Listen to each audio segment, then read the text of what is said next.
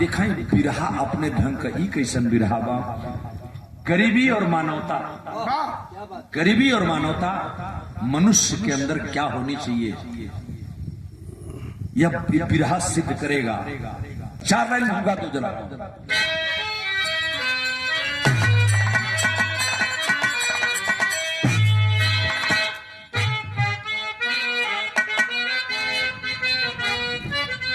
हाय गजब लेखनी तेरी कुदरत की मालिक, अधनंगे को नंगा बनाती गरीब, किसी को लुटेरा किसी को कमेरा, जान जैसा को वैसा नचाती गरीबी, पर्वत से खाई और दरिया से सागर, एक कागर में सबको घुमाती गरीबी। गौरी शंकर, गौरी शंकर जमाना कहा जाएगा, सूरज पूरब से पश्चिम उगाती गरीबी।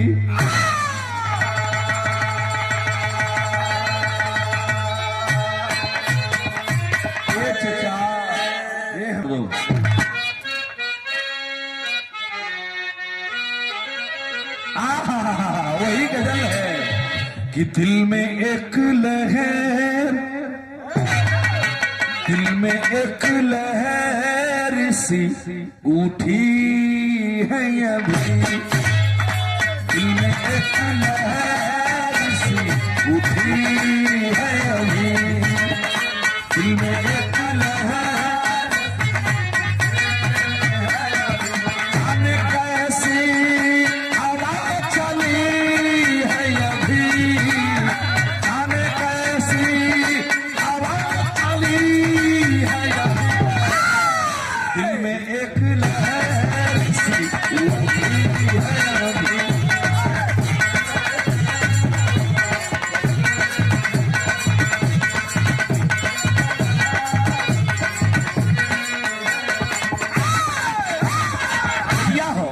क्या क्या होता है इस जमाने में, क्या क्या होता है,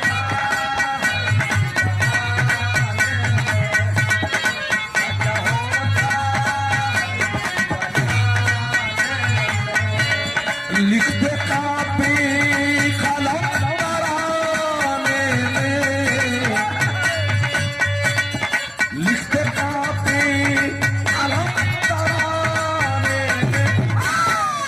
क्या होता है इस जमाने में।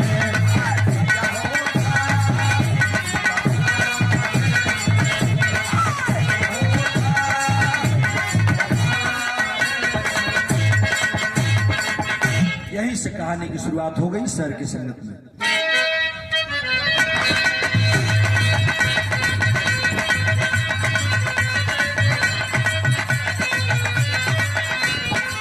ललारे लारे ललरिया ललारे लरे लारा, जिला छपरा में यही रौली का दस्तान सही,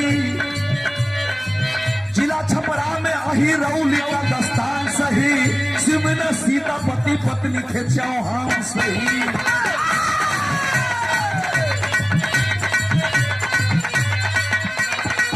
पुत्र संजय जो 8 साल की उमरिया में, पुत्र संजय था 8 साल की उमरिया, दूसरी बेटी रीता सुंदर थी कुमरिया में।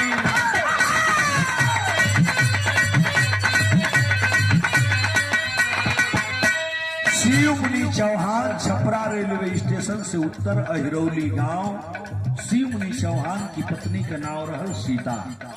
दोनों प्राणी रहत रहलन, दोनों प्राणी का 2 लड़का रहलन। बड़का लड़का का नाम संजय और एगो लड़की रहल जोने के नाम रहल रीता। 2 ठे लड़का रहलन। गरीबी इतना परेशान कैलस कि मजदूरी से जब पेट ना भरल तो कैलन छपरा रेलवे स्टेशन पर शिव मुनि चौहान एगो भाड़ा का रिक्शा लेलन और भाड़ा का रिक्शा लेकर के छपरा रेलवे स्टेशन पर एक काम करने लगे। चलाता रिक्शा शिव मुनि बदनसीबी में, चलाता रिक्शा शिव मुनि बदनसीबी में, रोटी को लाने पड़े लगन है गरीबी में।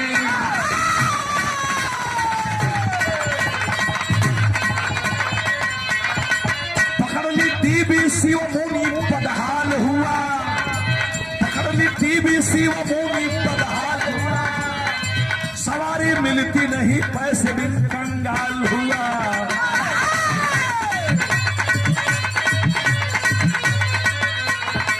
एक दिन बीमार शिव मुनि भर पत्नी भी लाचार हुई, बीमार शिव मुनि भर पत्नी भी लाचार हुई। पति पत्नी में एक दिन थोड़ी सी तकरार हुई।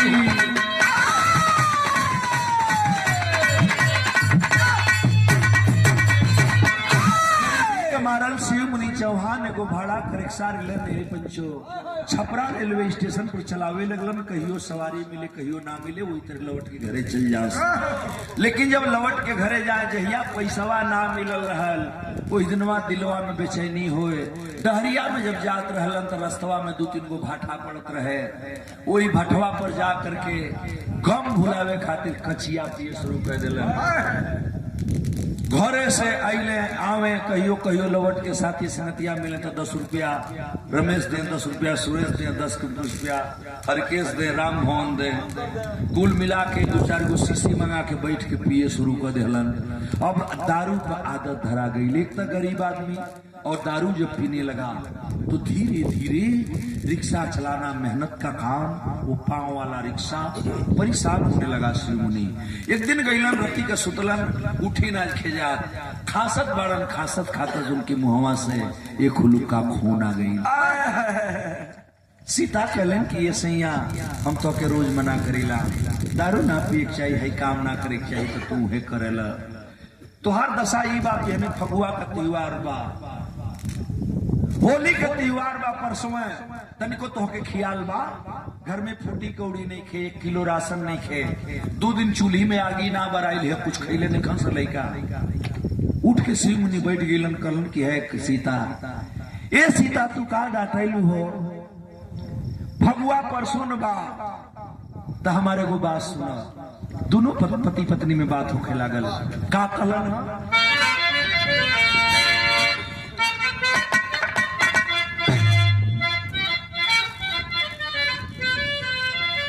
कहे सीता परसों सैया होली का त्योहार बाटे,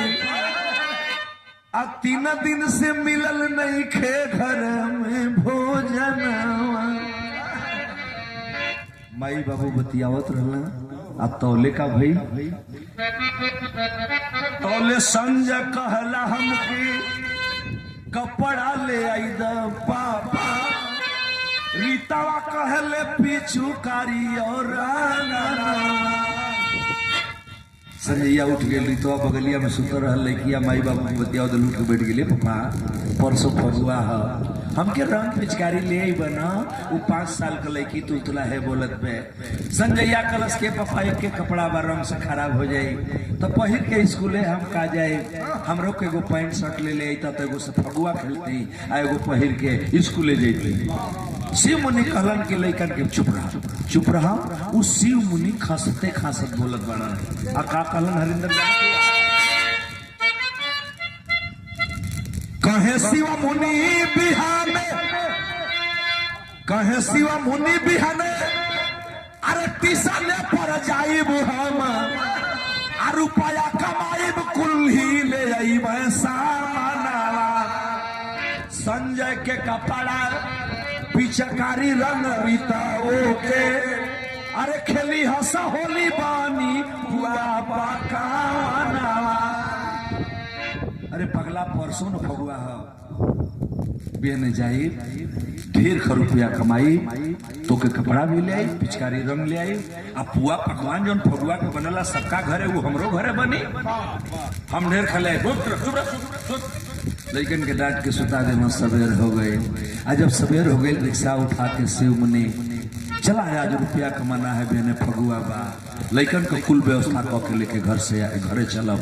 और जब मन में विचार करके चला छपरा रेलवे स्टेशन पर, तो अहिरौली से इलन छपरा ये चीजा भइल का तनी से देखा है बिरहा गीत। बिरहा में वो गीत गावर गई रहल कि बोली मोखीरा रे नदिया के तीरवा,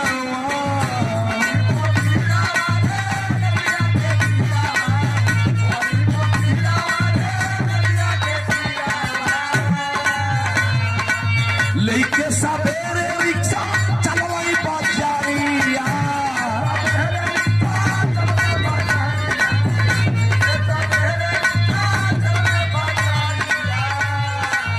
लेके सवेरे रिक्शा चलवाई बाजारिया, मोरे मिटावा न हो कैसे मनई बा त्योहार, मोरे मिटावा न हो कैसे मनई बा त्योहार।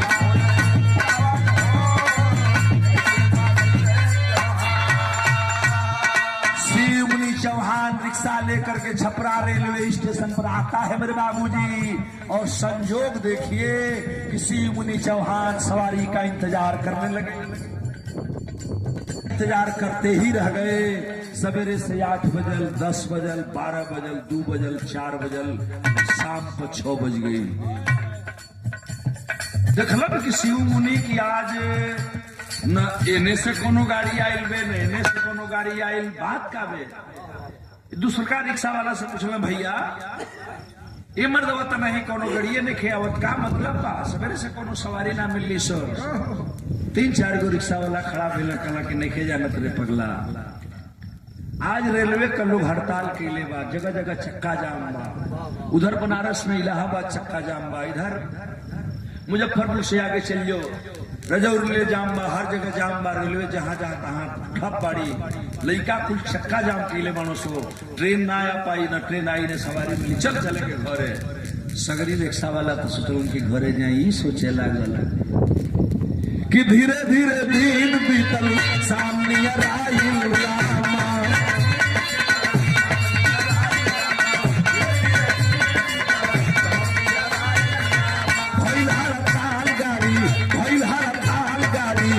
को नहीं आई रामा।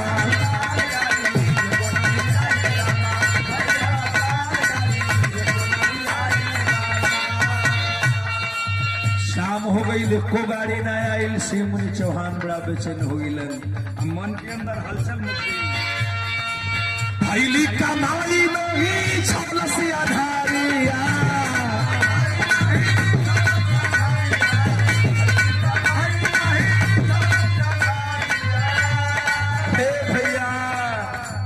हमारे पंच गोसाई बिरहा सुन वाले भैया लोग हो, शिव मुनिया पागल हो गई। और शिव मुनि चौहान कैलन का तन सही देखे, भैली कमाई नहीं छल से अंधरिया,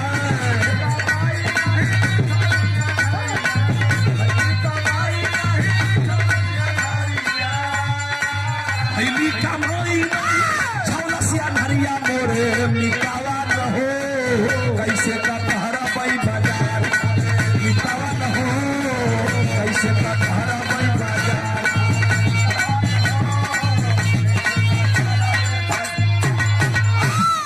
चचा फूटी कौड़ी जेब में नहीं खे, होली पिए नहीं फगुआ के त्योहार में का लेके घरे जाए, लेकिन के का समझाए। इहे शिव मुनि चौहान सोचे लगलन। धीरे धीरे जब रात नियर भूखे लागल, 9 बजल, 10 बजल, 11 बजे लागल रात, तो शिव मुनि लाजन घरे नहीं खजात। अब सोचलन कि हम करें तो का करें। सोचलन कि चला बहने फगुआ बगैलन, बगलिया में दुकानदार रहल, जहाँ से रोज राशन ले वही जाके खड़ा हो गईलन। कहलन कि भैया तनी सा हमार बहने फगुआ बा, आज कोनो गाड़ी ना अली, ना सवारी मिली, पैसा तो कमैली नहीं थी, कुछ उधार सौदा दे देता कि हमरा घरे कम से कम फगुआ मनावल जाए, तनी रंग पिचकारी दे दा, सौदा दे दा। ऊपर से शटर गिरावत रहे, उधार लेला तो कब देला ना, त्योहार के दिन आई बड़ा उधार मांगे, बोल देला त्योहार बा हम उधार ना दे, इतने कोई के बनिया शटर गिरा दिलस। शिव मुनि वहीं से मन मोड़ा और दिमाग नाच गया। शिव मुनि फिर स्टेशन की तरफ आता है।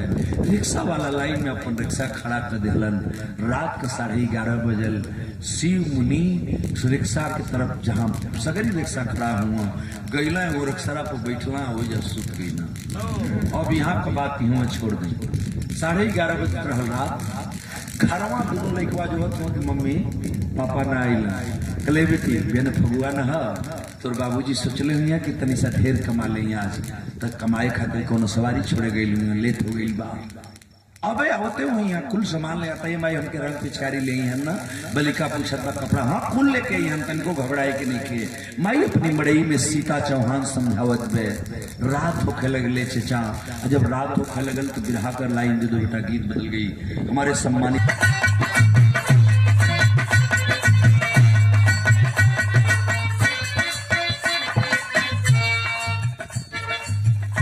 रातिया पहाड़ हो गईले।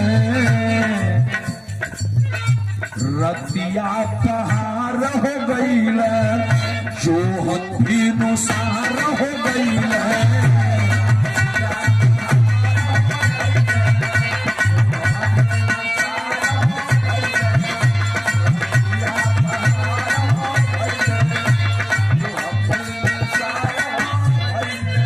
रीता पूछ पापा नहीं भवना भइले। रीता पूछ पापा नहीं।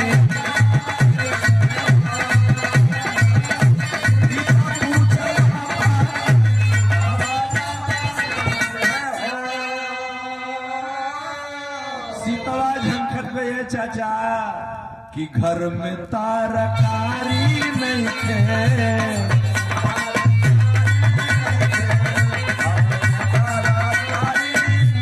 लइकन खातिर रंग पिचकारी नहीं थे।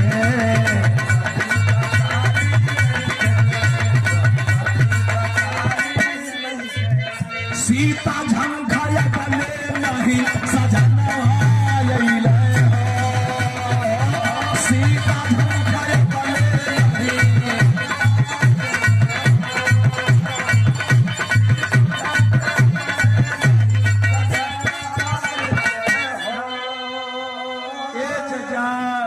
संजय रितवा रोवत बड़े सीतवा समझावत बा बेटा मतरवा लोग तोहर पापा यहाँ जुहत जुहत पापा के बिहान हो गई। आदरणीय प्रधान जी तनी सा ध्यान से सुनो हमरा बिरहा के। सच्चाई बा बिरहा जगत में बिरहा की हलचल है। ए बाबू जब बिहान हो गई दिन उग गई मने कहला को कि फगुआ का दिन आ गई। हमन इतना जना बैठल बनी जा फगुआ की दिने पहिलवा तो तनी कम बा। सब रही मेहरारू को बैठा ताई तो मर्दे पर गोबर फेंक दे कनई फेंक दे महिला फेंक दे। आज जब 9-10 बजे तो लइकन का फगुआ शुरू हो जाए। जब 10 बजे अबले शिव मुनि चौहान ना आइलन। सीतवा मड़ई में से बहरा से फिर मड़ई में लइका संजैया गई लइकन का झुंड रहे कुलपनी में खेलत रहलन सा। एगो लइका कोनो ओई लइका के ऊपर रंग डाल दिलस। अब कपड़ा पर जब रंग डाल दिलस है तो उस संजैया दौड़ के रोवत घरवा में आई। अपनी माई से वो बात कहलस। 9 बजे रहल फगुआ के दिन रहल। फगुआ के दिन 9 बजे कहलस लइका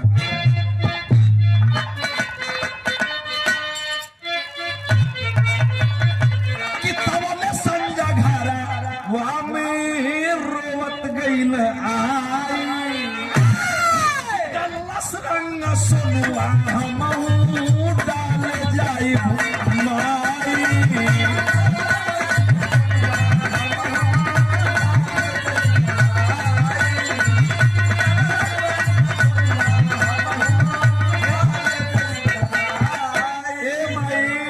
ए माई देखा ना हमारे ऊपर सोनुआ रंग डाल दिल से माई जी तनी हमरो के दा ना तनी हमरो के दा हम हो जाई वही सोनुआ पर डाल। सीतवा का करे जब फाट न गई। बारे भगवान तूने क्या बना दिया कि रंग पिचकारी नहीं खे। छातिया में पीरा भइली।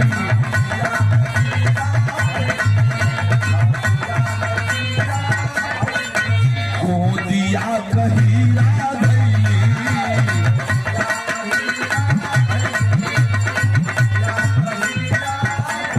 नदिया के धार जैसे नहाना भैले नदिया के धार जैसे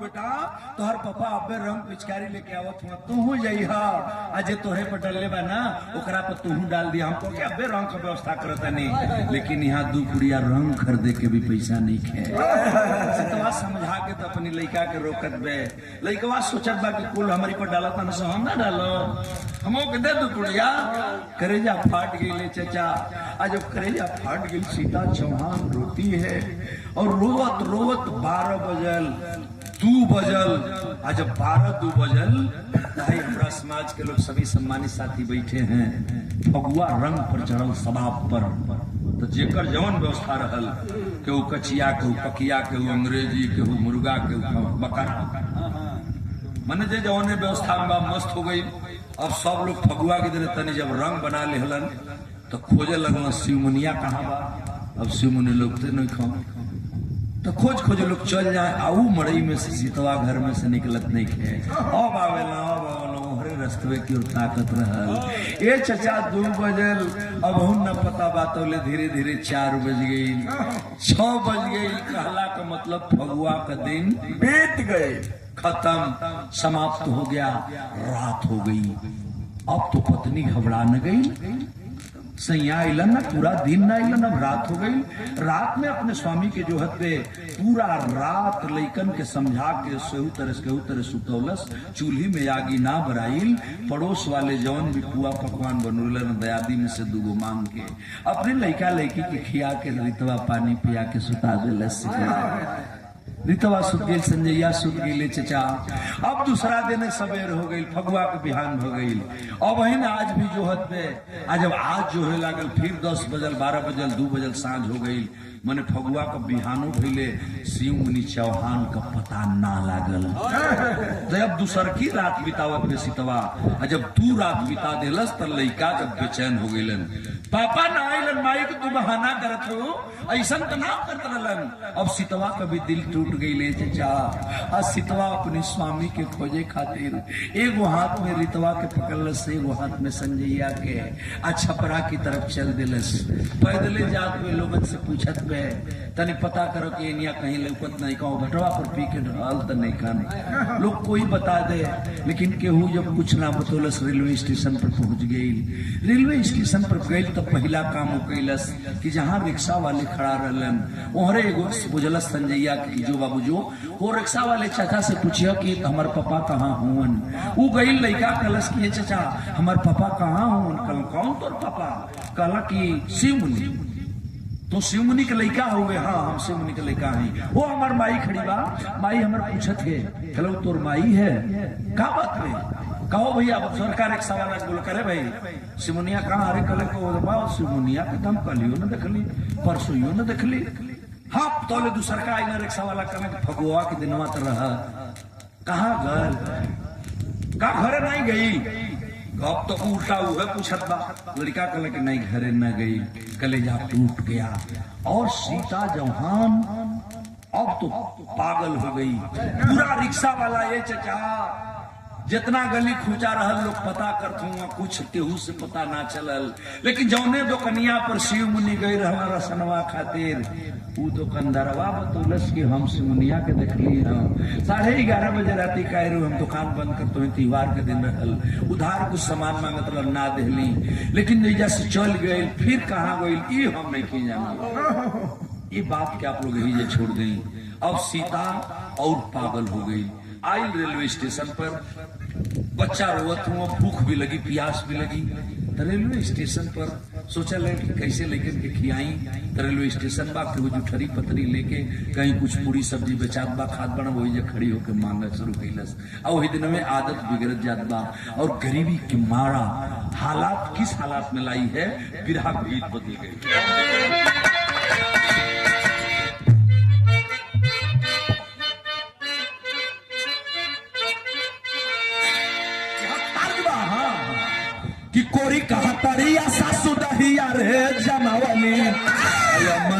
डहलनी जोरा नवा राधा हो काधा मन मोह भैया हो भैया भैया भैया भैया रोई रोई कि आइल न सजनावा रोई के दिन बितावली घरवा से निकली है पहाड़वा सीता हो संजय रीता के लिया घरवा से निकली है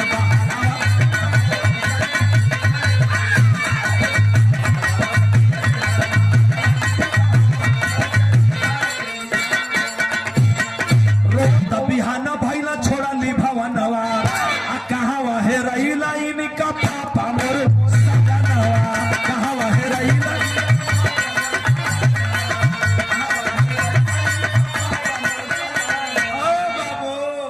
सीतवा तो रोते रहल उ संजैया 8 साल के लड़का खोज खोज के एगो बात कहलस कितना ऊंच बात बा लाइन इतनी देखा सोते कवि जी लोग बैठल है इतनी एक लाइन हमारी बात के देखा कितनी निक लाइन में कि संजय रोवे नाही लेबू समनवा पापा हो खाली जई तो बस देखा अब फगुआ बीत गई हम 5 शर्ट ना मांगब तो से लेकिन तू कहाँ हुआ माई रोज दे बबनी रोज दे बहनिया रोज दे कहीं लोग जैता कतहू से आ जैता रोज कुछ बात ना मिलन पापा वही रेलवे स्टेशन पर जुठरी बटोर के और सीतवा अपनी लैकन के खिया के दूसर की तीसर की रात बीतोलस एक दिन रात बीतल दूसर की रात बीतल 3 दिन जब छपरा रेलवे स्टेशन पर कुछ खात रहल लैका उनके खियावत रहल आ रीतवा कमाई सीतवा रोवत भी रहल तो लोग कहलन कि देखबा हमर देहो कैसन मेहरारू बा खात बा लैकन के खियोतो बा या रोतो बा तो लेका में बगलिया से बोलता जा दे मर्दे कोनो पागल है तो ले तीसर का कहता ना मर्दे कोनो भिख मंगिन लागत बे आ जब के पागल या भिख मंगिन लोग बना देला अक्षर पर गई टूट गई करेजा मैं पगली बन गई मैं स्वामी कहाँ गईलन आज सचहू में सीतवा पगला गई 4 दिन छपरा रेलवे स्टेशन पर लैकन के लेके रहल लोगन के दिमाग में आये गाड़ी आवत बे जात बे लैका कहला सो पापा हमार कहाँ गईला कहीं पता एजा ना चलते माई कहीं दूसरी जगह चलती जा पता करे खातिर तो सीता एक ठे काम कह दिली पंचो आ जानत है दोनों लैकन के कैलिन का बिरहा गजब हो गल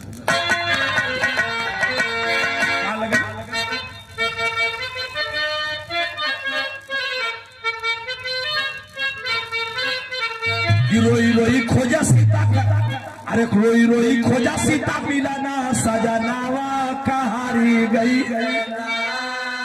आई निकल पापा मोर सजनावा कहारी गई जुठारी बटोरी कई सो लाई काजी आवे अब पगलिन भिखारिन बनी की दिनावा बीतावे जब कहीं न मिलने चचा तो छपरा से ट्रेन धई के एक दिन छपरा से ट्रेन धैली और छोड़ली सिवानावा कहानी गई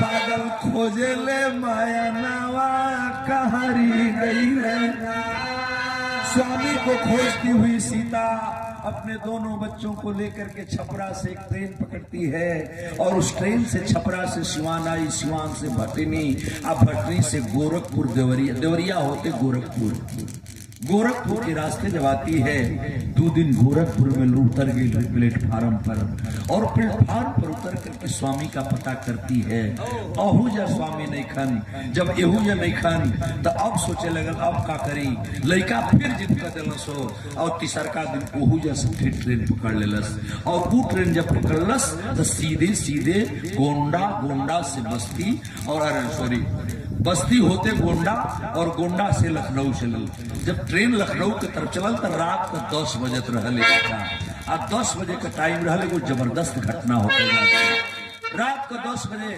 लखनऊ स्टेशन पर गाड़ी खड़ी भई और जब गाड़ी खड़ी भई तो लड़का कुछ मांगे लगलन माई भूख लगल बा कुछ खिया दे तो नसीब ने साथ नहीं दिया तो बिरहा में टेरी लिखना पड़ा किस्मत का भी तमाशा देखिए तमाशा देखिए, रजनी सिहर गए दिन कर भेदे गए झांसा। बाबूजी माई ना मानल तो गीत लगल गोरखपुर वाली। कौन गीत रहल गोरखपुर वाली? उठा के ला धीरे से सुगा के।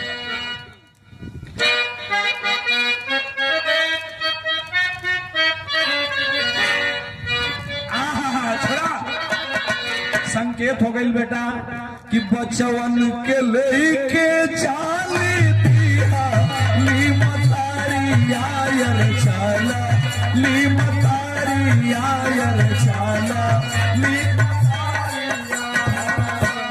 अटनवा पहोई की सवार हो रहा।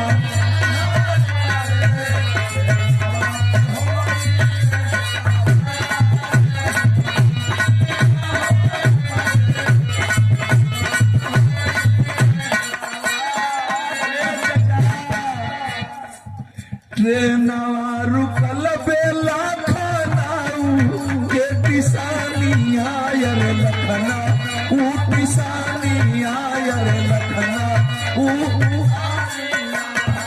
अतल भूखिया लगल बाबरी आर न हो। ए माई भूख लगल बा माई, तनी हमन के कुछ खिया दे तो। दोनों लड़का कुछ खाए के माई से मांगे लगलन। लखनऊ स्टेशन रहले चाचा, भीड़ बा 9 गो समय प्लेटफार्म रहल, अब 2 गो बढ़ल।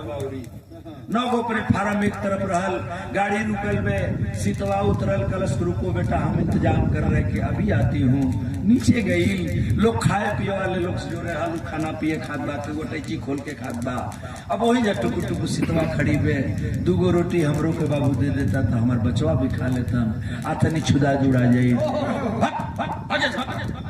जाओ आगे जाओ, जहाँ ठेला पर लोग बेचत रहना वही जाके खड़ी बे, चूठरी रोटी मिली तो हमार लड़का खा लेतन। आ तौले वही जैसे संजैया बोलता टनिया से ताक कि माई ठेला की खड़ी बे, कहला ए माई रोटी ले आओ थो ना, तो तनी सा पानी भी ले ले। वही जैसे बोलत बे कि हाँ बेटा पानी भी ले आई। ये चचा जब लोग भोजन कर लिए तो कुछ लोग खा पी के जौन डिबोआ में बचला, चाहे जूठन बा झिल्ली में फेंक दे लोग। अब फेंक देना तो 2-4 गो झिल्ली बिटोर लेलस, उनमें 2-4 गो रोटी पा गई, तरकारी पा गई। वही झिलिया में से वो झिलिया के साफ करके आ गई, बस वो टोटी पर से वो झिल्ली में पानी भर लेलस। एक हाथ में रोटी और दूसरे हाथ में झिल्ली में पानी, दोनों लेकर के बढ़े लगल। सोचलस कि तनी और गवा चल जाए तो कहीं 2-4 गो रोटी मिल जा। तो रोटिया के खोजत में सीता थोड़ा सा और आगे बढ़ने लगी, और आगे बढ़ ही रही थी तब तक 4-5 और ट्रेन आकर खड़ी हो गई। और खड़ी हो गई, सीता को ध्यान नहीं है, बढ़ती आगे चली जा रही है। और तब तक वह जिस ट्रेन में बच्चे हैं एक बार हार्न देती है, और वह ट्रेन एक बार से हार्न देने के बाद दूसरका जब हार्न दिहलत तो जक्का खुल गई। सीतवा रोटी मंगले के चक्कर में बे, लड़का में से जो है माई आवत बे, भैल का बिरहा को भाव कौन भी बड़ा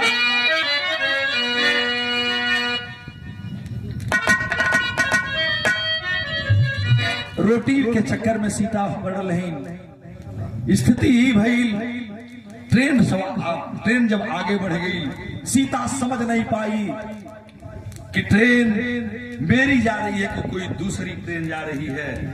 का भाई तनी सा गौर करो कि जूठरी बटोरे माई नीचा, वाह उतारा लीयर नीचा, वाह उतारा तौल ट्रेनिया खुलल बाते ही बारन हो दौड़ी के पकड़े के पागल महतारी आयर पागल, महतारी आयर पागल, अतल गिरी प्लेट पारा में मझारन हो। ए चचा एगो हथवा में झिल्ली में पानी रहल, एगो हथवा में रोटी रहल ना, उ जुठरी रहल। ट्रेनवा तो हमरे जात में सीता घबरा गई, अरे हो दे गई कौने डिबुआ में हमार लइकवा हुआ तो हुआ बैठल बानन, वही से तो संजैया ताकत बा माई माई चिल्लात बा। ट्रेन बढ़ लगल, और जब ट्रेन बढ़ लगल धीरे धीरे रफ्तार भी बढ़ लगल, और ये एक हाथ में चिल्ली एक हाथ में पानी लेके दौड़े लगल। ट्रेन हो दे बा, लोग कहलन चल जाओ किसी डिब्बे में चल जाओ, तुम चली जाओ, दौड़ चढ़ जाते यहीं चढ़ जाओ। लेकिन वो माई का करेजा माने कहा बाबू हम बबू ने हमार हो डिब्बा में हुआ तो हम ऐजा काहे के चढ़ाओ। झिलिया में पनिया रोटी दौड़त ट्रेन की डिब्बा तक पहुंची तो जरूर बाबू, लेकिन ये चचा पढ़े लिखे साथी बैठे हैं, सारे लोग समझदार समाज बैठा है। ये चचा छटक के जौने में पनिया न ले रहल, लपक के हथवा फेंकलस और पैपुआ के पकड़लस, जौना पर सीढ़िया पैरवा धके चढ़ाए के बाद आ जब फेंकलस और जो ही छिलिया फेंकलस पाइप पकड़ी तो जरूर, लेकिन छिलिया का पनिया फट गल। जब पन्नी फटा मने झिल्ली फटल तो पनिया भर गिर गल, तो एक हाथ में झिल्ली दूसरे पानी गिर गया, और जब पानी गिरल तो दूसर का हथवा बन धरई के तो लई सरक कर और धीरे धीरे हथवा सर्कल में चचा तो दोनों पैरवा सीढ़िया पर न पड़ के और पैरवा ट्रेनवा के नीचे पड़ गए। ट्रेन के नीचे दोनों पैर चला गया तो दोनों पैर खींच लिया ट्रेन का चक्का और दोनों पैर को रौंदता हुआ आगे बढ़ गया। बेहोश लहूलुहान सीता चौहान वही गिरी की पड़ी, प्लेटफार्म पे पड़ी है। जीआरपी का जवान अइलन, भीड़ लगल बा, कहाँ पे मेहरारू बा कोई चिन्हत न बा, लोग उठौलन, उठा के ले गेलन रेलवे हॉस्पिटल, दवाई शुरू भइल। डॉक्टर लोग कहलन कोई आए जाए कोई वारिस एक दिन दो दिन सुई दवा तो भइल, लेकिन जब केहू पूछे खातिर ना आइल तो डॉक्टरन के सीधा उपाय लगल कि अब गोड़ में राड फाट या जुगाड़ कैले के कौन जरूरत बा। यही ठेंगुनवा पर से सीता चौहान को दोनों गोड़वा लोग काट दे। जब काट दिए पट्टी मरहम करके सुखाने लगे, घउआ एकदम सूखल ना रल, सितवा के होश आ गई। बारे हमार बाबू संजय कहाँ बा, रितवा कहाँ बा, ए स्वामी तू छोड़ के गई लाया, हमार दोनों बाबू कहाँ हुआ। याद पड़ल कि हम ट्रेन में बैठा रहलीन, ई घटना भइल। ये चचा रात का वक्त रहल, सरकारी हॉस्पिटल की व्यवस्था आप जनते बाणी, केहू रहल ना केहू ध्यान ना दिहल, कुदुक के उतरल बेड से, आ बेड से उतर करके उछलत कुदरत खून से सनाइल दोनों ना लहले प्लेटफार्म पर चल गई। यही जो हमारे बाबू बबनी यही जो छुटल उनका यूनियन लगल पूछे, लेकिन बाबू बबनी रहा तब तक कोई बतावा कहीं पता न चलल। इन्ने के बाद अब फिर ऐजा छोड़ दी। दोनों लड़का वही ट्रेन में सवार होके आगे भागे लगलन। ट्रेन में से झाकत हुवन की माई न आई। आज जब ट्रेन आगे चले लगल बाबू तो ट्रेन गई कहाँ, बिरहा पर गजब धुन में लिख ले रही। कौन गीत रहल?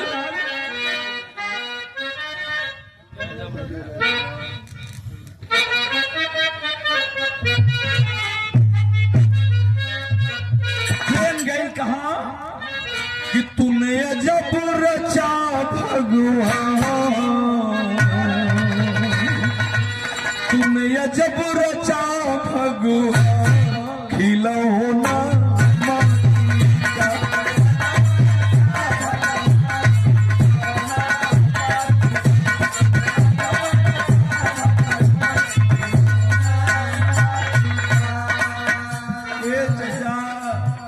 ट्रेनवा के डिबुआ में दोनों लइकवा रोवे लगलन हो, हमार माई कहाँ बे, हमार बाबू ना मिलन, मैया छूट गई। कुछ लोग देखलन कहलन लइका काहे रोत बाड़न, तकर कुछ लोग बतौलन कि एकर माई छूट गई लखनऊ में। ए बेटा मत रो, तुम्हारी मम्मी आ जाएगी, किसी डिब्बे में चढ़ी होगी, अगले स्टेशन पर मिल जाएगी। रात को 10-11 बजत रहल, दोनों लइका भाई बहन अपने में कानी मिला के रोवत चचा। अब वही गलिया वाला में जो में लोग यात्री बेटिकट वाले बैठे, दोनों बच्चा गली वाला वही गेट वाली गली में रोवत कानी में कानी मिला के दोनों सुत गई। जब सुत गई ना तो ट्रेन रफ्तार पकड़ लेलस और घंटों बीता वो ट्रेन चल कहाँ गई। वही दिल्ली के दरमियान ट्रेन जब आई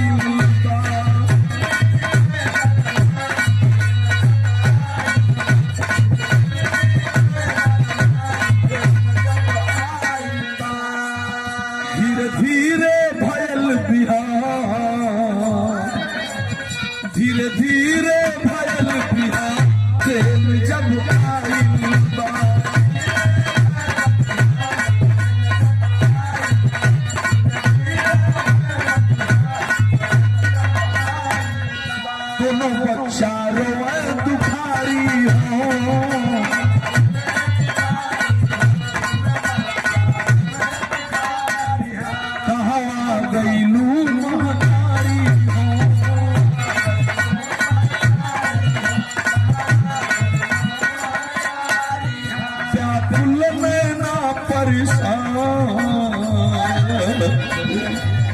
व्याकुल मैना निशान जब आई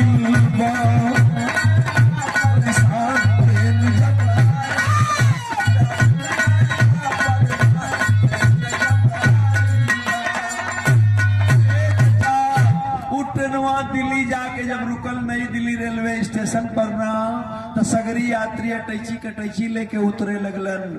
वो दोनों लइका वही गलिये में सुता रहलन। ने चाचा लात के लोग धक्का मरना रास्ते से हट, कहाँ से आया है, हटो हटो। तो ले पिछवा के लोग बोलन कि मत मारा हो, ये लइकवा वो है हुआ जेकर माई छूट गई लखनऊ में। ये बेटा उतर जा, चलो सो उतरो सो, यही जो ट्रेन रही ये दिल्ली है, यही तुम्हारी माँ किसी डिब्बे में होगी, मिल जाएगी, उतरो उतरो। वो दोनों लइका लेकिन के उतार देने लोग। उतरला के बाद पीछे से यात्री उतरे, पूरा डिब्बा खाली हो गया। उसी में से एक आदमी कोई समझदार गया, कहले बेटा देखो वहां से लेके यहाँ पे ट्रेन है और यही ट्रेन आई है, इसी में तुम्हारी माँ बैठी होगी। अब लइका और भाई बहन दोनों हाथ में हाथ मिला के वहां गईलन, दौड़त वहां गईलन, फिर दौड़त यहाँ 2-3 चक्कर चरौला, माई रहा तब मिला। खैर जे उतरल चचा, जे उतरल तो जे दिल्ली गई हुई, हर जगह स्टेशन के बाद पे दिल्ली में आखी से देखल बात बताओ तनी। वहां जो ब्रिज बन खुला, ऊपर जाकर के ऊपर से दोनों तरफ के लिए निकास है।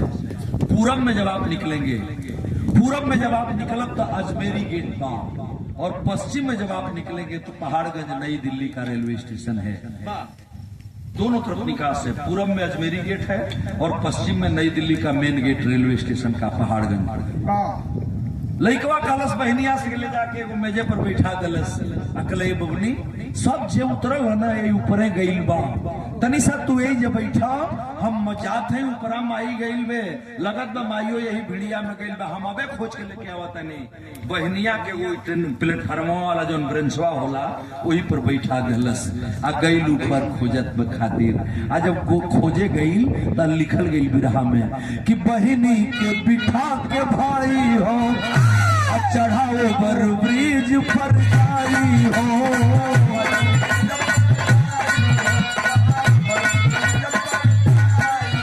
माई के खोजे हरा, माई के खोजे हरा जब आई बा।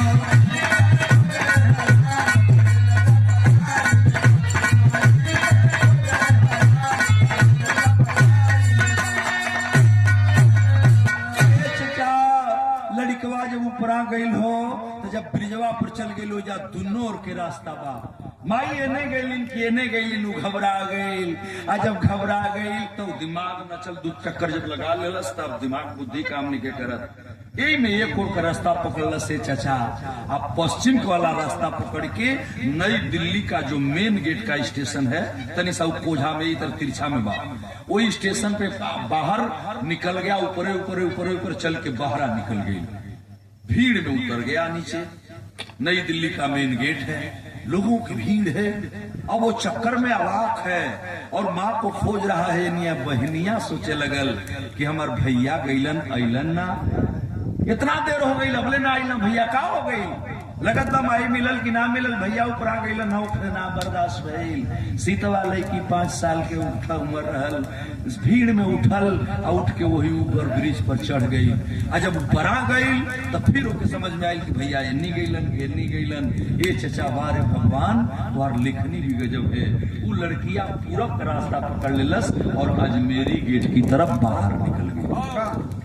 लड़का पहाड़गंज रेलवे स्टेशन के उस पार और इस पार अजमेरी गेट की तरफ बच्ची निकल गई। दोनों लड़का 2 तरफ हो गई। साँझ हो गई, माई ना मिली, दोनों लड़का रोवत में प्लेटफार्म पर तो हरिया से गाज में जात रहल, भीड़ लागल बा। कोनो लड़का नया बाई लड़का कहाँ घर बा, लोग खल लड़का के होश बा कि बिहार में हमारे घर बा, छपरा में हमारे घर बे, नाव हमार फलाना बा, संजय बा, माई के नाव फलाना बा, बतावत बा। लेकिन ओकरे बाद लोगन के दिमाग में कुछ नहीं। वही बाबू एक श्याम लाल नाम के सेठ जा रहे थे, देखलन लोगन के भीड़ बा, उनको भुजिया का फैक्ट्री चलत रहल, भुजिया जो नमकीन होला। श्यामलाल गइलन हो, लड़का के उठौलन, कार में बैठौलन, लेके चल गइलन, ले जाके कहलन कि चला हमारी कंपनी में रही भुजिया का फैक्ट्री, 10 गो मजदूरा बाना वही में ही हो रही।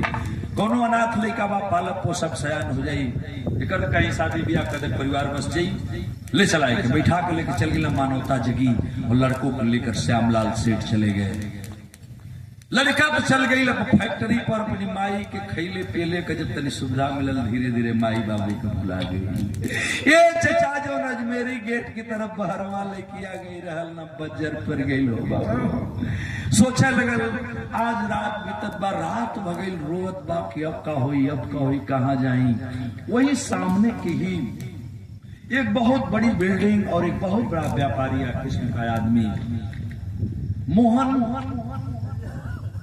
मोहन नाम का व्यक्ति, बहुत बड़ा व्यापारी और बहुत लोगों को खटाने वाले व्यक्ति, जिनकी कंपनी चल रही थी, वो बचिया के पोलन हो और मोहन बाबू बचिया के वाला फुसला के कहन कि इस बेटी को हमको दे दीजिए। लोगन से कह के लेके बचिया के चल देलन अपने तरफ। और जब अपने घर अलन, दोनों लड़का दू जरा गइलन, दोनों का पालन पोषण होने लगल, दिन कटे लगल, समय व्यतीत होने लगा।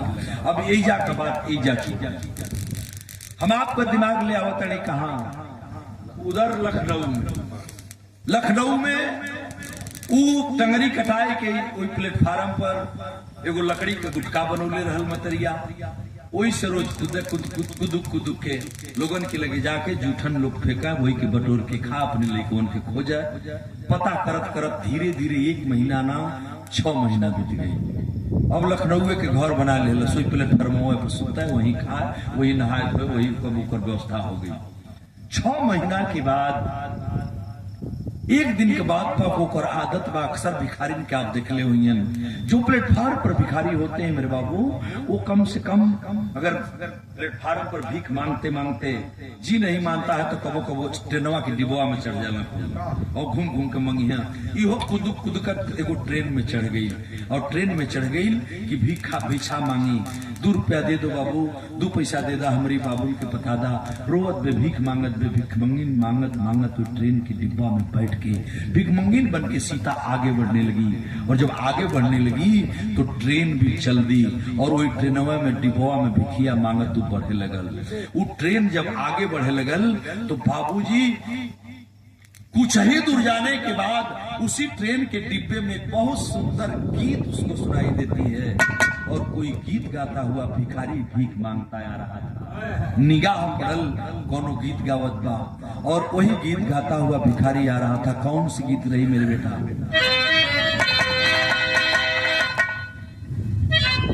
गीत गाता हुआ भिखारी आ रहा है और 2 पैसा मांग रहा है। क्या कह रहा था वो? दे दो 2 पैसे ओ बाबू, दे दो 2 पैसे ओ चचा, तेरा हरा भरा परिवार है। दे दो 2 पैसे ओ बाबू, तेरा हरा भरा परिवार है।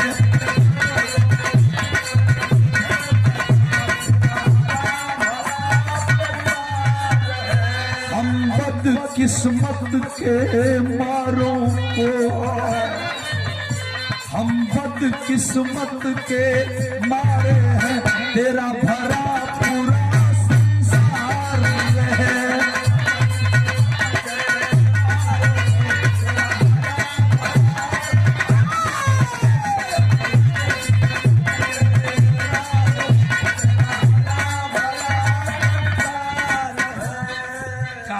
से दिमाग न हटे, वही ट्रेन की डिब्बा में दिमाग गई भिखारिन को ओकरा के तरफ। आज जब ओकरा तरफ गई तो सितवा अपन भिखिया मंगल का छोड़ के ओकर गनवा सुने लगल। आ तब तक गावत गावत तो नजदीक आ गई। आज जब नजदीक आ गई तो ताकत बे सितवा ना रह गई। जब और करीब आ गया वह आदमी यही तरह हाथ टोवत भीख मांगत आवत रहल। देखत बा कि तो भिखमंगा अंधा है, एके लौकत ना बा, टोवत बा चारों ओर, भीख मांगत बा। तोले सितवा से बर्दाश्त ना भइल, कहलस कि संजय का पापा तू एकाएक वो अंधा आदमी अवाक हो गया। यह आवाज संजय का पापा तोले तो बोल दे संजय का पापा तू, अरे हम सीता बोलत हई हो, हम सीता बोलत हई, इतना दिन तू कहाँ रहल? आय आन्हर कैसे हो गया? खाली इतने तक पूछले रहल कि वो आन्हर आदमी तुरंत पीछे मुड़ल। आज जब पीछे मुड़ल तो वो आन्हर कितना तेज भागी अब चले लगल कि कहीं सचमुच न जान जा कि हम हैं शिव मुनि हैं, ये हमार पत्नी सीतवा बा लगत बैठे नौ में बैठल बा, हमके चीन गई बा, जो ले पकड़े तोले हम भाग चली। और भागे खातिर वो आगे बढ़े लगल तो हमार बिरहा पहपट में पहुंच गई।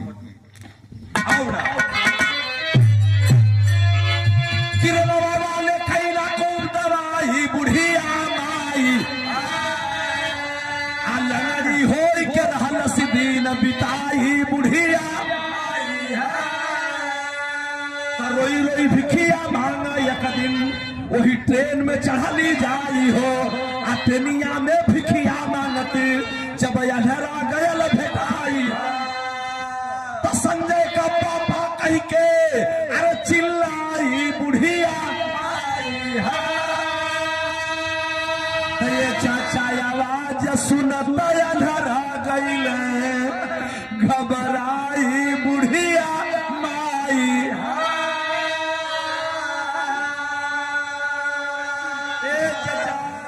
कहीं सितवा हमके पकड़ ले समझ न जाए कि सतही में हमें करपति शिव मुनि हैं। ये में हमार बाबू संजयो होई रितो होई चीन जइया सो ले भाग चली अंधेरा भागे लागल। लेकिन ये हमार चचा भैया लोग जे बैठल बा ये पंचो आन्हर आदमी कितना भागी गेटवा तक लगई पिछवा ये कूदकत जा पे रुक जा सैया 6 महीना पहले छोड़ के भाग रहा जो भागत हुआ फगुआ के दिन हमके छोड़ के भाग गई आज भागत हुआ। अरे हम तो सीता बोलत हई हो रुका ना आ तोले उपलब्ध गेट पर गईला नहरा हलाक दे पर पैर रखलस की उतर जाई। अरे चचा जब पैरवा रखलस न तो अनहरा के पैरवा सीढ़िया पर तैले में ना पड़ल सीधे प्लेटफार्म पर नीचे। आज जब प्लेटफार्म पर पड़ल तो फक दे गिर गई। आज जब अंधा गिरा तो प्लेटफार्म पर ऐसे पट गिरल पसरल बवैया। अनहरी से नाजी मानल ले चचा लंगड़ी ना मानल अनहरा के पकड़े खातिर कूद गई। अब कूद के जब ताई भर अखबार धैले सुखावत में हम सीता हैं हमके नहीं खचिनत। अब के बोले शिव मुनि भर अखबार धैलन और पति पत्नी वही प्लेटफार्म पर बाबू ये चचा इतना रोलन कि लोग कहलन कि बन का पतई झर जाले। दोनों रोवत हुआ लोगन का भीड़ लागल बे कहलन कि मर्दे दोनों रोवत अड़न वो रोवत बड़न के बोली कौनो हुई है नहीं लंगड़ बे को आन्हर बा ये दोनों रोवत हुए कर मतलब का बा रोवत के चुप करावे वाला ना मिलन दोनों अपने से चुप हो गईलन। आज जब अपने से चुप भइलन कुछ देर के बाद तब सीतवा पूछलस के सोमे तो हमके फगुआ के दिन छोड़ के भाग गई। चुप ये कुल बात छोड़ा ना हम भाग गई हम कैसे आनर हो गई ये कुल बात छोड़ दा। कहा समझैया बारे पगली कहा रितवा बा तू तो हमके चीन गई हमार बाबू दोनों कहा हुआ ए चाचा दोनों हथवा वो लड़कियां पकड़लस अपनी सैया था कलश के तू सितवा के खोजत हुआ ना तू रितवा के खोज ये स्वामी तू संजैया के खोजत हुआ तू रितवा के खोजत हुआ हथवा पकड़ के ले आई ले गो हथवा अपन ए ठंगनवा पर धरा देलस आ एगो हथवा अपन ए ठंगनवा पर धरा देलस। उ टोवत बा कल सीता कल ने स्वामी तू गईला त गईबे कईला ई देखला ई दोनों गोड़ हमार बा एगो संजैयो चल गईले को रितो चल गईले ई दोनों हमार पैरो चल गई। हमार बाबू बबनी कहां हुवन ए बाबू रोवत वही प्लेटफार्म पर दोनों लंगड़ी और अंधा एकाएक अपने आप अपनी बात को विस्तार पूर्वक पूछने लगे। और जब पूछने लगे तो बिरहा गजब हो गई। अब का हो खजात बा अब का होई कुछ लोग सोचे लगलन बतियावत सुने वाले कहत बा ना मर्दे है लंगड़ी है अनहरा के मेहरारू बा जो नहीं जा रोज भिखिया मांगत रही वही के भिख मंगिन बा आवे ले जाले भीख मांगे ले ये कर मरद बा। ये दोनों पति पत्नी हुआ चिहात बनल लोग आ तौले ये चाचा दुनहु में सवाल जवाब होखे लगल। अब बतियोते बतियोवा तो दोनों निर्णय कहाँ ले पहुंच गईलन तनी अब देखा बिरहा में।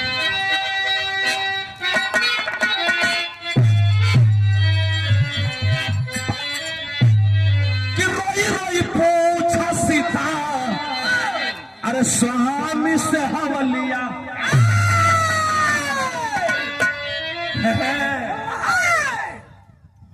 सीता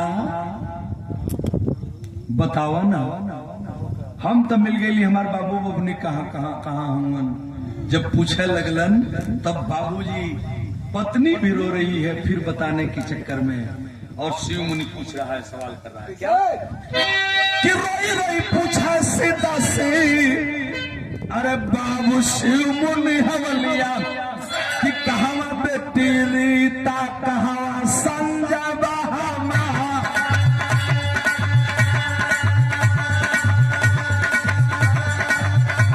अरे कहाँ बेटी रीता कहाँ संजय बहामा।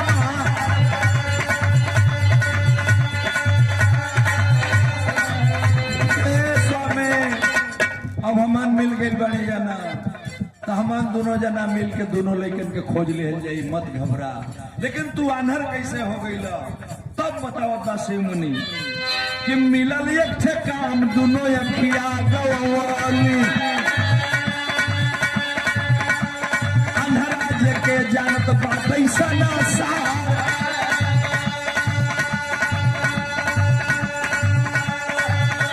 सीता तू ये जानल चाहत हो ना कि फगुआ में हम छोड़ के काहे भागे रहने।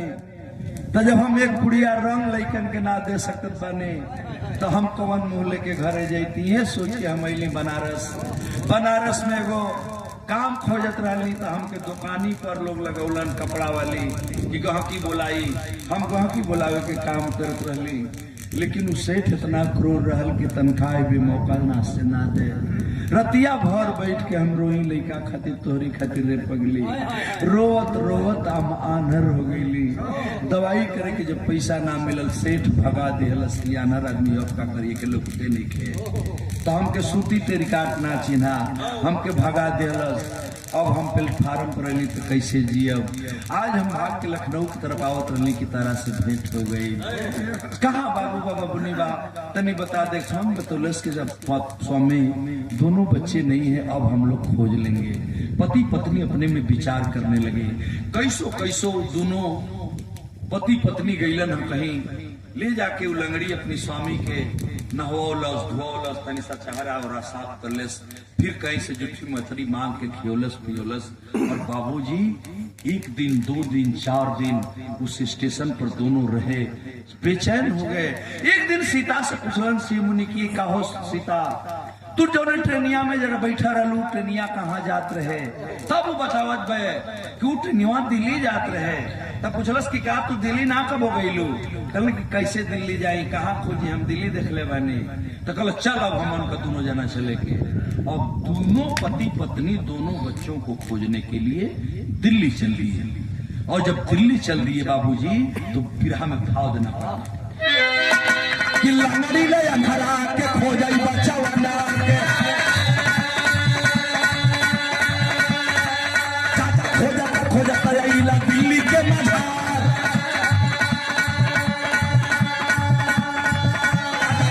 खोजत आइला दिल्ली के मझार।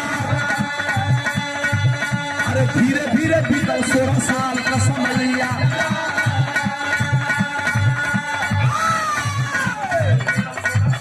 समय अरे कौनो सहारा नहीं लौके भार।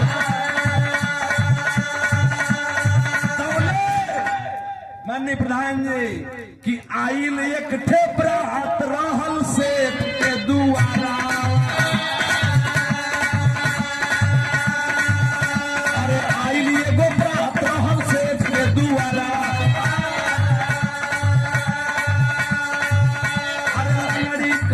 सुना सैया जी हमार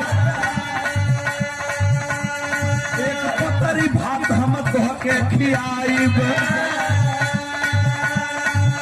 अरे चल न चली जाओ ही परतिए मझार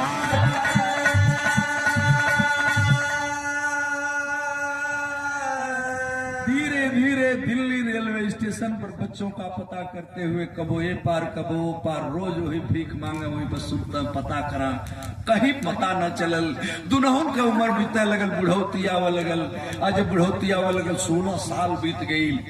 एक दिन स्टेशन पर अजमेरी गेट की बाहर वो लंगड़ी अपने सैया के लेके प्लास्टिक बिछा के वही पर बैठा रहल सोचलस कि जब मंगले बानी जो हुए खा लेंगे तौले के बाजा सुनाई देलस ये इतने बढ़िया सजावट है स्वामी देखा ना हो कोनो मकनिया पर सजावट बा बाजा बजत पे लगत बा कोनो बड़ बड़ुआ के बारात आइल बे कलक तो के लौकत बा कलक मजाक कर ली हरदम हम अनहर बानी हमके लौकत तो के न लौकत होई कल हमके लागत कि कोनो बारात आइल बा रोज स्टेशन पर का खात खात हमनु जिया गइल बनी जा चलो तन जो या चलती है एक पतल बढ़िया खाना मिल जाई आ बढ़िया खा के लेती है तनी सा मार जीव बड़ा की करत बा चलो स्वामी कल तो चल अब वो अनहरा पति जब कहल न तो लंगड़ी उनके बाएं पकड़ के कुदकत गई लगे तो देखत बा तू मैरिज हाल रहा शहर का मैरिज हाल और मैरिज हाल को सजा करके बाजा वाले बजा रहे थे भंगड़ा लोग डांस कर रहे थे और वही मैरिज हलवे में बारात आए रहे वही बारात के समय रहल परछौना होत बाई तो बुढ़िया अबे चक्कर में एक पतरी भात मिली हम लेके जेती स्वामी के खियती कौन ओर से मिल जाए लोग खात हुआ भाई शहर के बारात आप जानी अब हाल में लोग खात बना पियत बना अपने अपने में सब मस्त बा लड़की वाला एक तरफ लड़का वाला एक तरफ दोनों पक्ष का नाचत बारन वही में से तो लोग दू गो आदमी अलन जहाँ कोनवा में बैठ के दू पतरी भतवा के जो हत रहलन से दोनों वही जब दोनों खड़ा हो गए सिगरेट धरुलन पिए लगलन वही में एक आदमी कहता देखो यार इंसान हो तो ऐसा पैसा होके तो ऐसा काम करे के चाहे आदमी होके तो ऐसा दूसर का पूछलस कि कैसन भाई कल मर्दे न्योता पर आई बड़ा तो के पता नहीं खे कलक भैया हमके तो नहीं के कुछ पता कल अरे मर्दे है मोहन बाबू जकरी घरवा तो आइल बड़ा जकरी लड़किया का बियाह बा लड़किया उनका ना हो तो लंगड़ी वो जैसे ताकत किए भाई जौन बारात आइल बा लड़किया उनका ना हो तब के करो तो वो बोला था कि ओकर लड़की ना है आज से 16 साल पहले कोनो लड़की यही जब भेटाई रहे ई देखो मोहन बाबू वो लड़की के पौला ले आइला पलना पोसला पढ़ौला वो लड़की आज बीए करत बा आ वो लड़का को ही लड़की का बियाह करत रहन ई भी कोनो लड़की अनाथ बच्ची के बियाह में इतना खर्चा इतना बड़ियार खर्चा बाप रे बाप इतना जजमा कल भैया वो लड़की अनाथ कल हाँ मर्दे वही के बेटी बना के पले हो वही के आज बारात आइल दुनिया से बरतिया कुल नाचत रहना सो और बारात वाला अंदर घुस गई तौले उहे दोनों बगलिया में खड़ा खड़ा सिगरेट जरा खत्म कर दिले रहन सो कल देखो यार लड़का भी बड़ा सुंदर है कल हाँ मर्दे जैसी उनकी लड़की है ठीक है लड़का भी वैसा है दोनों का चेहरा एकदम एक सरल है लगत बा कि दोनों ही लड़कवा देखले में चेहरवा में लगत बा ना कि लगत बा कि लड़कवा लड़किया एकदम भाई बहन लगता अब दोनों टुकुर टुकुर ताकत हूँ अनहरा और लंगड़ी हुई जब बैठल बड़ी अब लंगड़ी कहल स्वामी से कि सैया दुल्हा हम ढेर दिन का देखले हैं तनी कहता था हम तनी चैती हुई मानचवा की ओर जाए इसने जवाबा लड़का जाके कुर्सी पर बैठ गई उन्हें लड़की के लेके घर में से चूंकि मैरिज हाल का शादी रहल रूम में से मेहरारू तैयार करके लड़किया के निकालत रही सा दुल्हवा जाके पहले ही से कुर्सी पर बैठा रहे कलश की जो देखिए दुल्हा पर मन करता तो हम कहता जो देखिए वो लंगड़ी अपनी सैया के वही जो छोड़ के कुदकत वो मेंच की लगे चल गई आ तौले कुछ लोग अरे अरे भिखारन कहाँ से गया हटाओ जल्दी जाओ सुन ले जाओ इसको खाना दो जो उधर खाना मिला जाओ लंगड़ी टुकुर टुकुर के लोग डांटत हुए और टुकुर टुकुर दुल्हवा की ओर ताकत रहल अक्सर आप लोग देखले होंगे जब चार आदमी भीड़ हो गई कहीं एक के तरफ लोग कई आदमी के बोले लगे तो जे आई सब वही के ताकी दुल्हवा कुर्सी पर बैठल बा दुल्हा के ड्रेस में बा वो बुढ़िया के लोग भगावत हुए बुढ़िया रोवत बा हे तर कपार धैल से चचा जुग जुग जिया हमार लाल, खुश रह बेटा हम जाते ने। हमार बाबू संजैया जहाँ होई ठीक तोहरिए नियर होई बाबू, ठीक तोहरिए नियर हमार संजैया होई तो के देखत है तो हमके संजैया के याद पड़त बा। ये बुढ़िया बरबरात रहल आ दुल्हवा ताकत ताकत ओकर बतिया सुन लेलस। 2-3 बेर जब संजय संजय कहती है, हमार बाबू संजय जहाँ भी हुईहन बबुए के नियर हुईहन, खुश रहा बाबू खुश रहा, घुमा के जाए लगल आ तोले दुल्हवा खड़ा हो गई। बिरहा में आखिरी लिखल गई का भइल तनी भाई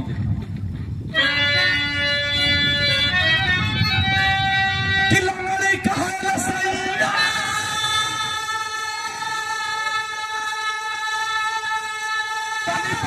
यही ठाई हो कैसन दुल्हा दुल्हन हमहू देखल आई हो कैसन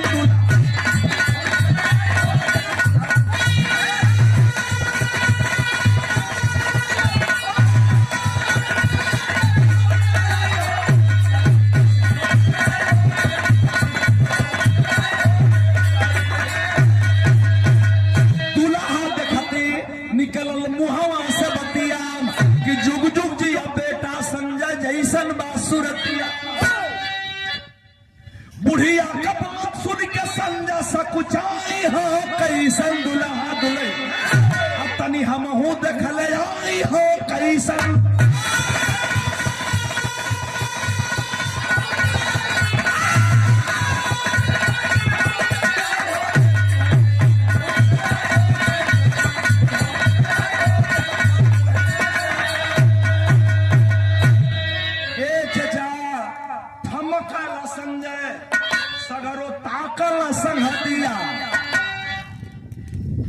कुर्सी पर खड़ा हो दूल्हा 2 कदम आगे बढ़ गई।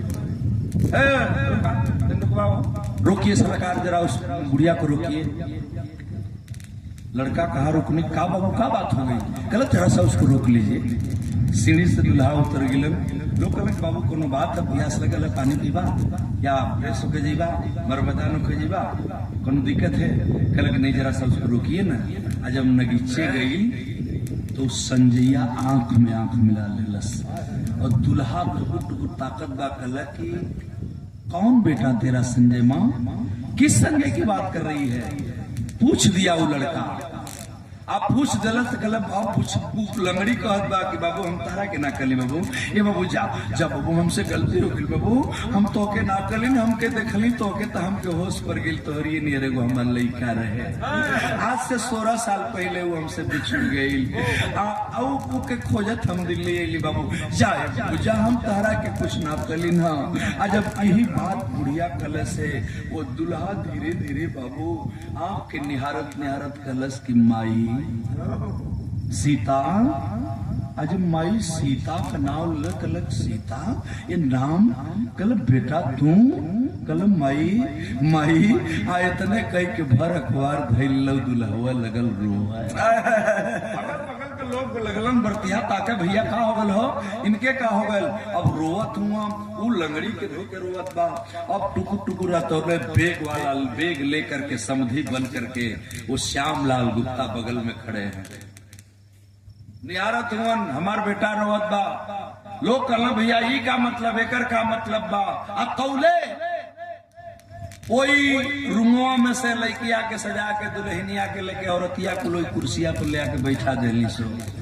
आज जब दुल्हन कुर्सी पर बैठ गई तई माई से पूछा था कि माई तू सीता हो? ए माई तू हमार माई हो, तू सीता चौहान हो ना? रौली घर है ना छपरा घर है ना? रे माई तो हम ही संजैया तोर बेटा है। ए बेटा तू संजैया तू ही हुआ तो अगर तू हमार बेटा संजय हुआ कल माई ना रे बाबू कहाँ हुआ मिलना बाबू? कल तोर बाबू हो कोनवा में देख बैठल हुआ उहे बैठल बनन कोने दुल्हवा ने ताके लगलन पूछा था कि बाबू बाबू सुन। अरे बाबू ये तनी बता दे रे बाबू, अगर तू संजय हवे तो रितवा कहाँ है रे? रितवा कहाँ गई? वो रोवे लगल और दुल्हा रोने लगा, बजट पड़ गया। तब तक साथ का संगतिया पूछलन श्यामलाल सेठ से कि भैया का बात बा? कलन की देखबा भैया हम का बताई। आज से 16 साल पहले यही पहाड़गंज रेलवे स्टेशन पर ये लड़का के हम पौले रहलीन। ई नाव अपन संजय बतावत रहल, माई के नाव सीता बतौलस, पिता के नाव शिव मुनि बतौलस। एकर बहन कोनो रितवा रहे उ हेरा गई, उ का जानी कहाँ चल गई, लेके हम ले गई पलनी पोसनी। संजोग से ही भाई मोहन भाई गई रहलन कहीं हमारी फैक्ट्री पर, एके देखलन तो पसंद कर लेना तो कहवा की देख एगो लड़की हमार बाप बियाह हो जाये तो ठीक रहे। तो हम बारात लेके बियाह करे आयल बनी, हम कुछ नहीं जानत। ये लड़का के 16 साल पहले पौली कहत बा सितवा सितवा तो लगत बा हो सकता कि ये करमाई हुई। अब सब बर्तिहन में चर्चा शुरू हो गई। दोनों शांत भइलन, जब शांत भइलन तो लोग कहलन कि बाबू कुर्सी पर जा, अब लड़की दुल्हन आ गई बे। कलश की माई अब ओजा से ले करके नजदीक जाने लगा। पापा को बुलाओ, माँ बाबू को बुलाओ। बाबू को बुलावे खातिर लोग जुट गई हुए अंधरा बा। ओके धीरे धीरे लावे उन्हीं आदमी जात हुआ तो माई भी मंच के करीब पहुंच गई। आज मंच के करीब पहुंचले बाबू आ तब देखा गजब हो गल का भल कि धमकाला संयम। अरे भैली कोलाहल, इहे भैली कोलाहल। अरीता सुन गईली खबरिया कि आई माई बाबू भैया हमारे दुआर।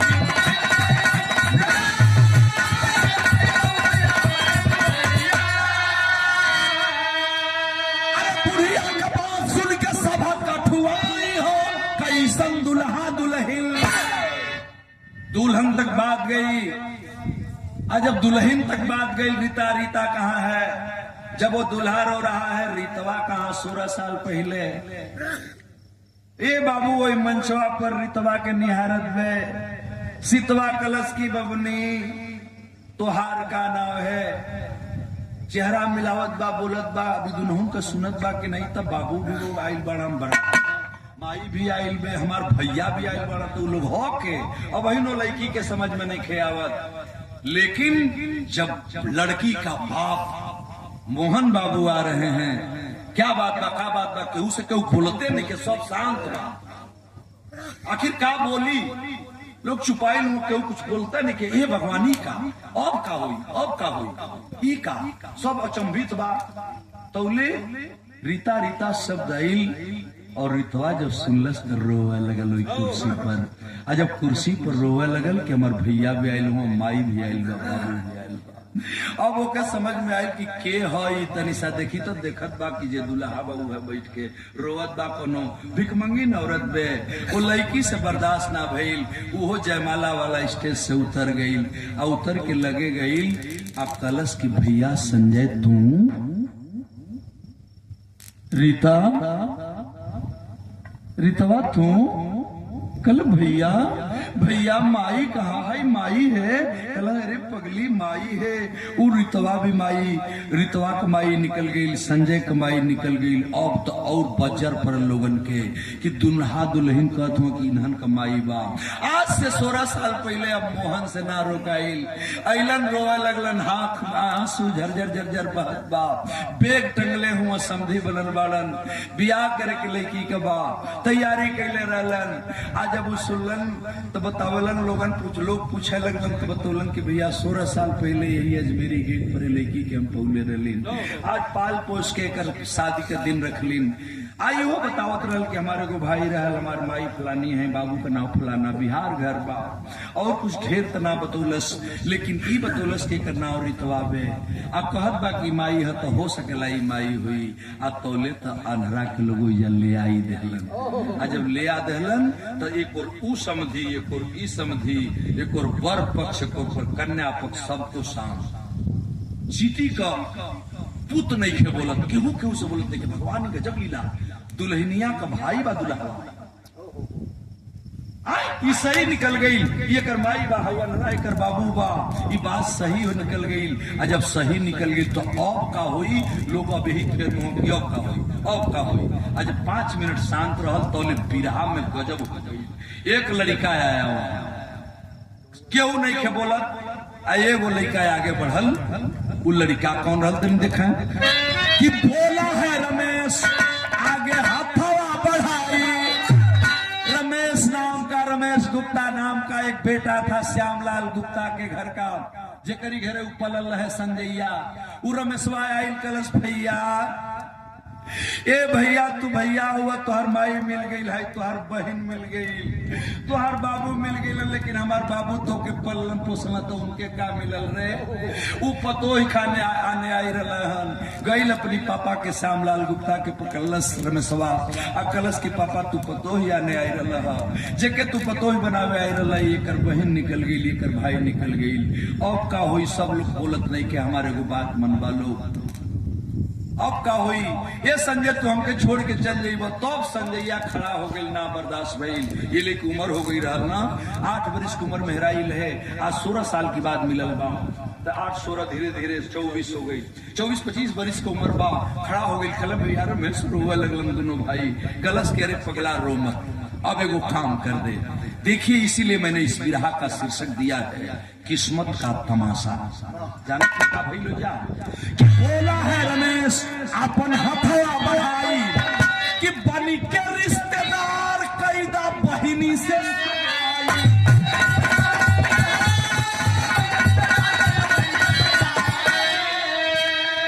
अरे पगला तू छोड़ के कहे जाई मेरे बाबू, अब तू कम से कम भैया ना रहबा तो हमार रिश्तेदार बन जा। आये बाबू और दुल्हन हमार बाबू के पतो ही मिल जाई, अब तोर हमार हितई नतई चली रिश्ता बनल रही, भाई से सार हो जाई है न हो सकेला। ये पंचो वही मंडप में उसी बुढ़िया बुढ़वा को नहवा करके दोनों लोगों ने कन्यादान कराया और कन्यादान उस रमेश गुप्ता से हुआ। और था भाई करिश्मा कि दुल्हा,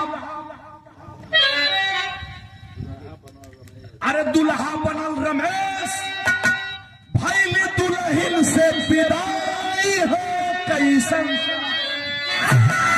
तनी हमहू देखल आई हो कैसन।